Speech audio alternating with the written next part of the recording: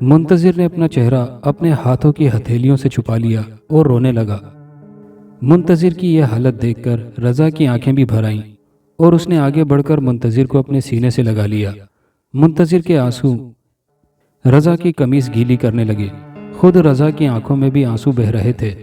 منتظر روتی ہوئی آواز میں امی امی پکار رہا تھا، تو پاس سے گزرنے والے ایک آدمی نے رکتے ہوئے کہا، اللہ نے ماں بڑی عجیب چیز بنائی ہے جو اولاد کے لیے ہر قسم کی قربانی دینے کے لیے تیار رہتی ہے۔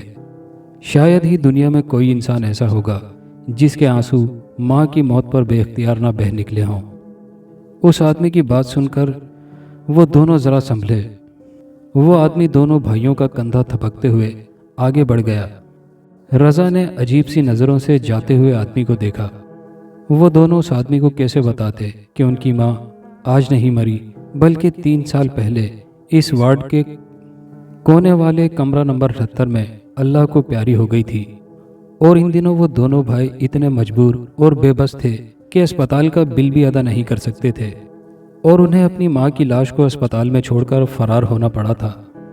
اس بات کو آج 3 سال گزر چکے تھے، اور اب دونوں بھائی ایک ملٹی نیشنل کمپنی میں اچھے عہدوں پر کام کر رہے تھے۔ اب ان کی جیب میں پیسہ ہے مگر ماں نہیں ہے۔ بھائی وہ کمرہ دیکھ لیں جہاں امی بیٹی ہمارا انتظار کرتی رہی ہوگی۔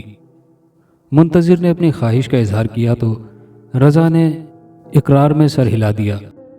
پھر دونوں بھائی چھوٹے چھوٹے قدم اٹھاتے ہوئے کمرہ نمبر 78 کی جانب بڑھے۔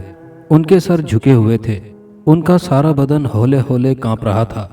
ایسا لگتا تھا جیسے ان کے کندھوں پر ان کی ماں کا جنازہ ہو۔ کمرہ نمبر 78 کے سامنے پہنچ کر وہ رک گئے۔ ان کی آنکھوں کے سامنے اپنی ماں کا محبت بھرا چہرہ گھومنے لگا۔ کمرہ نمبر 78 کا دروازہ کھلا ہوا تھا اور دروازے پر دبیس پردہ پڑا ہوا تھا۔ منتظر نے آگے بڑھ کر دروازے کا لہراتا پردہ ہٹایا اور کمرے کے اندر جھانکا۔ بھائی، منتظر نے کمرے کا پردہ چھوڑا اور دبی آواز میں رضا کو پکارا۔ اس کا سر چکرانے لگا اور وہ دھپ سے اسپتال کے فرش پر بیٹھ گیا۔ رضا نے آگے بڑھ کر منتظر کو سہارا دیا اور اسے کھڑا کیا اور سوالیہ نظروں سے اس کی جانب دیکھا۔ اندر اندر، منتظر کے منہ سے ٹوٹے ہوئے الفاظ نکلے۔ رضا نے دیوار کے سہارے سے منتظر کو کھڑا کیا اور پھر آگے بڑھ کر دروازے پر پڑا پردہ ہٹایا اور کمرے کے اندر جھانکا تو بے اختیار اس کے منہ سے بھی ایک دبی دبی چیخ نکل گئی اور وہ پردہ چھوڑ کر منتظر کے پاس آ گیا۔ دونوں بھائی خوفزدہ نظروں سے کمرہ نمبر 78 کے دروازے پر پڑے ہلتے ہوئے پردے کو گھور رہے تھے۔ دونوں کے ماتھے پر پسینہ چمک رہا تھا۔ ان کی آنکھوں میں خوف کا سایہ صاف دیکھا جا سکتا تھا۔ ان کے چہرے سفید پڑنے لگے۔ وہ دونوں بے جان مجسموں کی طرح کھڑے کمرہ نمبر 78 کے دروازے پر پڑے پردے کو گھور رہے تھے۔ اتنے میں کمرہ نمبر 78 کے دروازے کا پردہ ہلا اور ایک نرس ہاتھ میں ٹرے لیے کمرے سے باہر نکلی۔ اس نے دونوں بھائیوں کو سر جھکا کر سلام کیا اور راہداری میں آگے بڑھ گئی۔ رضا نے اپنے بھائی کا ہاتھ مضبوطی سے پکڑا اور آگے بڑھ کر ایک بار پھر کمرہ نمبر 78 کے دروازے پر پڑا پردہ ہٹایا اور کمرے کے اندر جھانک کر دیکھا۔ کمرے کے اندر پلنگ پر ان کی ماں، ہاں وہ ان کی ماں ہی تھی۔ ان کی ماں پلنگ پر بیٹھی تھی۔ اس کے ہاتھ میں پلیٹ تھی جس میں کھانا تھا۔ ماں کے دوسرے ہاتھ میں ایک چمچہ تھا جس سے ماں پلیٹ میں رکھا کھانا کھا رہی تھی۔ وہ ان کی ماں تھی یا ان کی ماں کی طرح کی کوئی اور عورت تھی؟ وہ دونوں دنیا جہان کی حیرت اپنی آنکھوں میں سمیٹے سامنے بیٹھی اپنی ماں کو دیکھ رہے تھے۔ ماں کا چہرہ جھریوں بھرا تھا۔ ان کی آنکھوں کے پپوٹے ڈھلکے ہوئے تھے۔ روئی کی طرح سفید بال چھت پر لگے پنکھے کی ہوا سے ماں کے ماتھے پر لہرا رہے تھے۔ اس ہاتھ میں جس سے ماں نے چمچہ پکڑا ہوا تھا، اس ہاتھ میں ہلکا سا ریشہ تھا، مگر اس کے باوجود ماں کا چہرہ حسب معمول پرسکون تھا۔ ماں نہایت اطمینان سے کھانا کھا رہی تھی۔ دونوں بھائی بت بنے کھڑے ماں کو دیکھ رہے تھے۔ جب پلیٹ میں کھانا ختم ہو گیا تو ماں نے پلیٹ سائڈ پر رکھی اور نظر اٹھا کر دروازے کی جانب دیکھا۔ ان دونوں پر نظر پڑتے ہی ماں کی آنکھوں میں محبت کے دیپ جل اٹھے۔ رضا، منتظر، بیٹا تم دونوں باہر کیوں کھڑے ہو؟ اندر آؤ، ماں نے نرمی سے دونوں کو کہا تو وہ دونوں تیزی سے ماں کے پلنگ کی جانب بڑھے۔ وہ دونوں ماں کے پلنگ کے پاس پہنچے تو ماں نے دونوں کا چہرہ باری باری اپنے ہاتھوں کے ہالے میں لے کر ان کی پیشانی پر پیار کیا۔ ماں کی یہ خاص عادت تھی، وہ اسی طرح دونوں کی پیشانی پر پیار کیا کرتی تھی۔ تم دونوں نے بہت دیر کی آنے میں، نرس کئی بار کہہ چکی ہے کہ اب میں ٹھیک ہو گئی ہوں اور گھر جا سکتی ہوں۔ وہ کئی بار بل کی ادائیگی کا تقاضا بھی کر چکی ہے۔ ماں نے اپنی عادت کے مطابق ٹھہر ٹھہر کر جملہ ادا کیا۔ وہ امی، وہ دراصل… رضا نے کچھ کہنا چاہا مگر الفاظ اس کے منہ سے نہ نکل سکے۔ نرس! ماں نے کمزوری کے باوجود تیز آواز میں نرس کو پکارا تو ایک نرس کمرے میں داخل ہوئی۔ جاؤ نرس، بل لے آؤ۔ دیکھو میرے بیٹے مجھے لینے آئے ہیں، اب میں گھر جاؤں گی۔ صبح سے تم مجھے طعنہ دے رہی تھی کہ میرے بیٹے اسپتال کا بل ادا کرنے کے قابل نہیں تھے، لہٰذا وہ مجھے چھوڑ کر فرار ہو گئے ہیں۔ اب تم خود دیکھ لو میرے بیٹے معاملات کے کتنے سچے ہیں۔ وہ یہ کیسے گوارا کر سکتے ہیں کہ ان کی ماں پر اسپتال کا قرض باقی رہ جائے؟ اور ہاں، ڈاکٹر ارسلان کو میرا سلام کہنا، وہ تو شاید اب ڈیوٹی پر نہیں ہوں گے۔ انہوں نے نہایت توجہ سے میرا علاج کیا ہے۔ کل جب وہ ڈیوٹی پر آئیں تو تم میری جانب سے ان کا شکریہ ادا کر دینا۔ ماں نے طویل جملے کے بغیر کسی دقت کے نہایت روانی سے ادا کیے۔ ماں کی بات سن کر نرس نے جواب میں ٹھیک ہے کہا اور کمرے سے باہر چلی گئی۔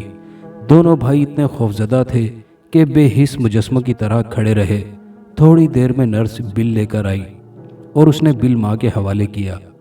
یہ لو رضا، تم دیکھو، ماں نے بل رضا کے حوالے کرتے ہوئے کہا۔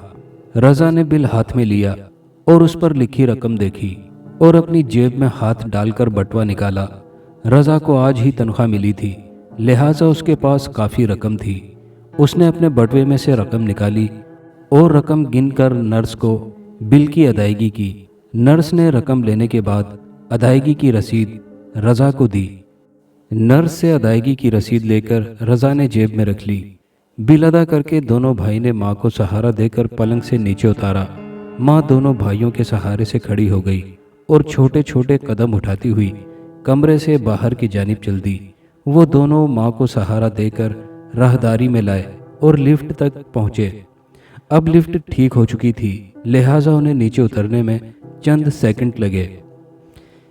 جب وہ اسپتال کی عمارت سے باہر نکلے تو اچھا خاصا اندھیرا پھیل چکا تھا۔ سڑکوں پر برقی کمکمے روشن ہو چکے تھے۔ رضا نے جلدی سے اسپتال کی پارکنگ سے اپنی گاڑی نکالی اور منتظر نے سہارا دے کر ماں کو گاڑی کی پچھلی سیٹ پر بٹھایا۔ چند قدم کی مسافت سے ماں بہت تھک گئی تھی، لہٰذا سیٹ پر بیٹھتے ہی وہ سیٹ پر لیٹ گئی۔ منتظر نے ماں کو آرام سے پچھلی سیٹ پر لٹا دیا اور دروازہ بند کر دیا اور خود گاڑی کا اگلا دروازہ کھول کر رضا کے ساتھ والی سیٹ پر بیٹھ گیا۔ سیٹ پر بیٹھتے ہی منتظر نے گردن گھما کر ماں کو دیکھا۔ ماں کی آنکھیں بند تھیں اور وہ ہولے ہولے سانس لے رہی تھی۔ ان کے چہرے پر اطمینان اور سکون تھا۔ منتظر کے بیٹھتے ہی رضا نے گاڑی آگے بڑھا دی۔ گاڑی کی ہیڈ لائٹس روشن تھی اور روشنی میں راستہ صاف نظر آ رہا تھا۔ رضا نے ہاتھ بڑھا کر گاڑی کے اندر کی لائٹ بند کر دی تو گاڑی کے اندر اندھیرا چھا گیا۔ رضا اپنی نظریں سڑک پر جمائے گاڑی چلا رہا تھا۔ سڑک پر ٹریفک معمول سے کم تھا، لہٰذا تھوڑی ہی دیر میں گاڑی اس بلڈنگ کے سامنے پہنچ گئی جہاں ان کا فلیٹ تھا۔ رضا نے بلڈنگ کے سامنے پہنچ کر گاڑی کو بریک لگائے تو گاڑی ہلکی سی چرچراہٹ کے ساتھ رک گئی۔ گاڑی کے رکتے ہی دونوں بھائی گاڑی سے نیچے اترے۔ منتظر نے نیچے اترتے ہی گاڑی کا پچھلا دروازہ کھولا تاکہ ماں کو سہارا دے کر نیچے اتار سکے، مگر دروازہ کھولتے ہی اس کے منہ سے ایک تیز چیخ نکل گئی اور وہ چکرا کر سڑک پر گرنے لگا۔ رضا جلدی سے آگے بڑھا اور اسے گرتے ہوئے منتظر کو سنبھالا تو منتظر رضا کے ہاتھوں میں جھول گیا۔ کیا ہوا؟ رضا نے پوچھا۔ اندر اندر، منتظر نے گاڑی کے اندر کی جانب اشارہ کیا تو رضا نے منتظر کو گاڑی کے سہارے سے کھڑا کیا اور جلدی سے گاڑی کے کھلے دروازے کے اندر سے گاڑی کی پچھلی سیٹ پر دیکھا۔ رضا کے منہ سے بے ساختہ امی نکلا۔ اندر گاڑی کی پچھلی سیٹ خالی تھی۔ ماں کا کہیں پتہ نہیں تھا۔ ایسا لگتا ہی نہیں تھا کہ جیسے گاڑی کی پچھلی سیٹ پر کوئی بیٹھا تھا۔ رضا نے جلدی سے اپنی جیب میں ہاتھ ڈالا تو اس کی انگلیاں اسپتال کی رسید سے ٹکرائیں۔ رضا نے رسید اپنی جیب سے نکالی اور رسید پر نظر دوڑائی تو وہ حیران رہ گیا۔ رسید پر 3 سال پہلے اس دن کی تاریخ پڑی ہوئی تھی جب ان کی ماں کا انتقال ہوا تھا۔